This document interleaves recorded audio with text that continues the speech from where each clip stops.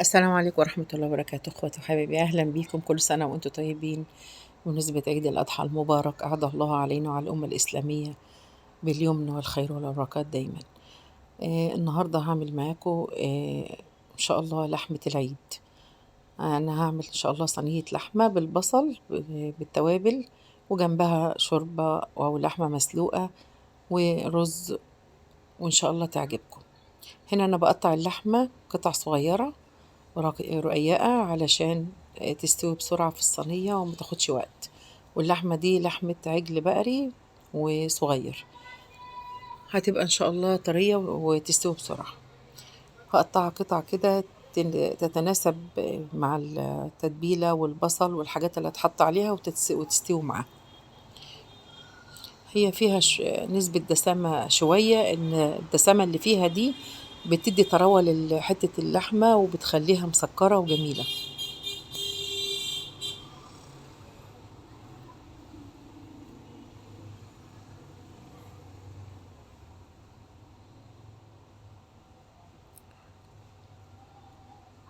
انا هقطع حتة اللحمة دي للصينية، وتتعمل منها كمان شوربة، يعني لحمة مسلوقة كمان. عندي جزء بياكلها كده وجزء بياكلها كده. لازم نرضي جميع الأطراف، خصوصا في الأكل. خلاص قطعناها قطع كويسة مناسبة تستوي بسرعة. عندي بقى كمية من البصل. هي البصل اللحمة اللي في الصينية بتحتاج بصل كتير.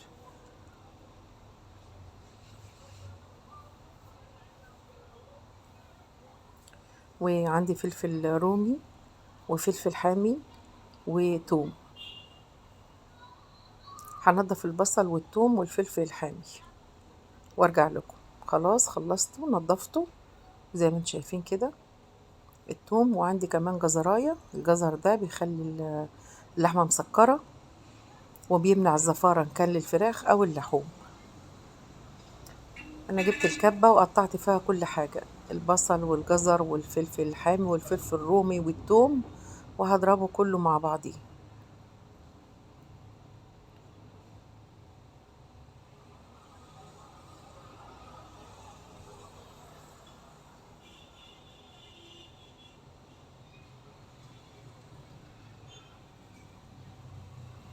خلاص انا ضربت الخضار مع بعضه، نعمته، وجبت الصينية اللي هحط فيها اللحمة. أنا بحب الألمونيوم دايما، الألمونيوم حلو في تسوية اللحوم. أولا ما بيحرقش اللحوم، وبيسواها كويس جدا زي بعضها. أنا بحب الألمونيوم، حتى ما بعمل حلويات بعملها في ألمونيوم. هنا عندي التوابل، عندي فلفل أسود، كمون، كزبرة، بابريكا مدخنة، سماق، توابل لحمة، كل حاجة معلقة صغيرة. وعندي توم باودر، بصل باودر، معلقة على بعضها. وبعدين آخر حاجة الملح.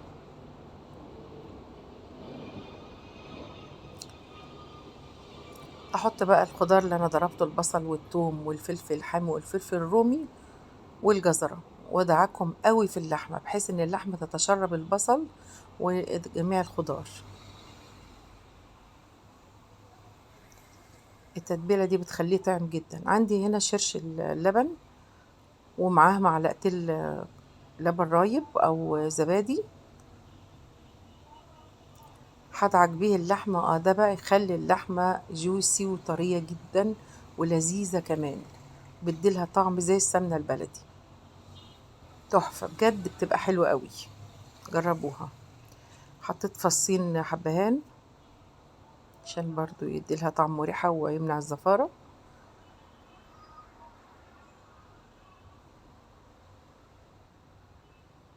حطيت معلقتين سمنة بلدي.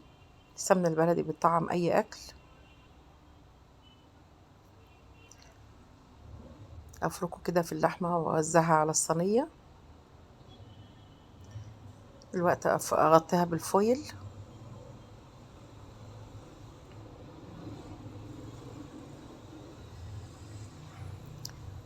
وأدخلها الفرن على طول. هو المفروض كانت تتركن شوية، بس أنا بقى مستعجلة للغدا، حلة تانية اللي هعمل فيها الشوربة أو المرقة، اللحمة المسلوقة. هنا معلقتين سمنة بلدي اللي هشوح فيهم حتة قطع اللحمة.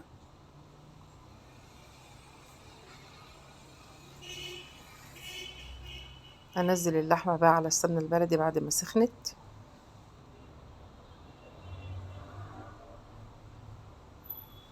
عندي قطع البصل، بصلتين متوسطتين.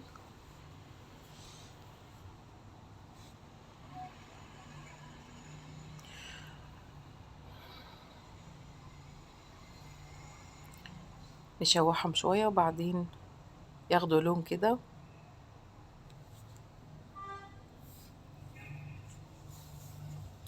التشويحة دي بتدي طعم جميل قوي للحمة وللمرقة كمان.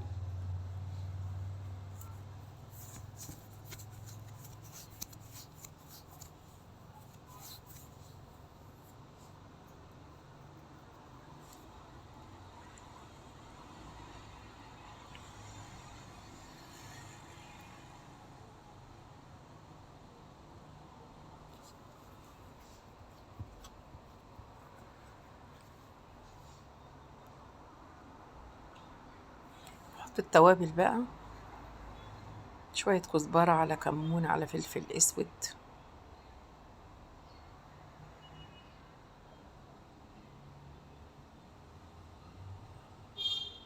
حبهان بيدي المرقة طعم وريحة حلوة.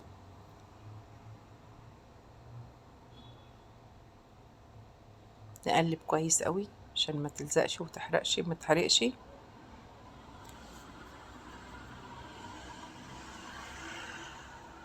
حط بقى المية المغلية على اللحمة، ولازم المية تغطي اللحمة قوي، تبقى كمية المرقة كويسة. نسيبها تغلي وبعدين نشيل الريم بتاعها. هنا حلة تانية هنعمل فيها الرز، عامل فيها رز أبيض.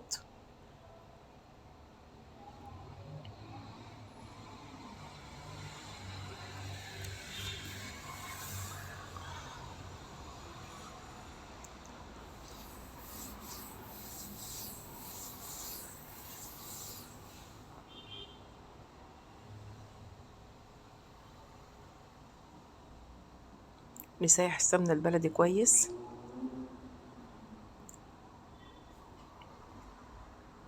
ننزل بقى بالرز على السمنة وهي سخنة.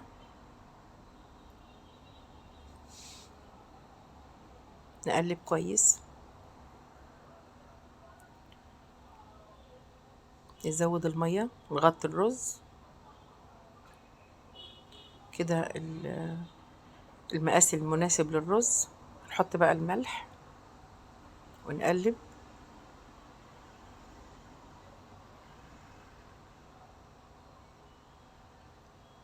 نغطيه بقى ونسيبه يستوي براحته.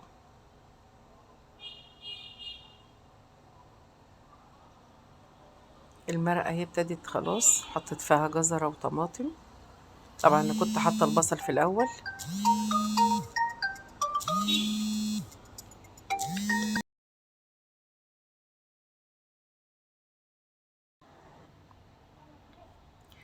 خلاص اللحمة استوت الحمد لله وخرجت من الفرن زي ما انتم شايفين، وفظيعة وريحتها قلبة الدنيا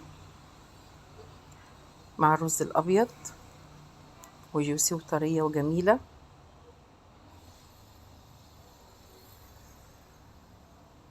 مخدتش وقت والله، ما خدت وقت خالص، استوت بسرعة. شايفين اللحمة مهرية ازاي، مستوية جميلة. ما تنسونيش في اللايك والدعم بقى. كل سنة وانتم طيبين.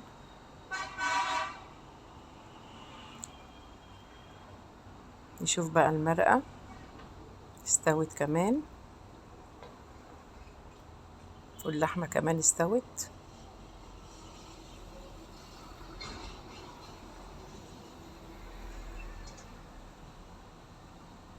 أتمنى يكون الأكل عجبكم، والسلام عليكم.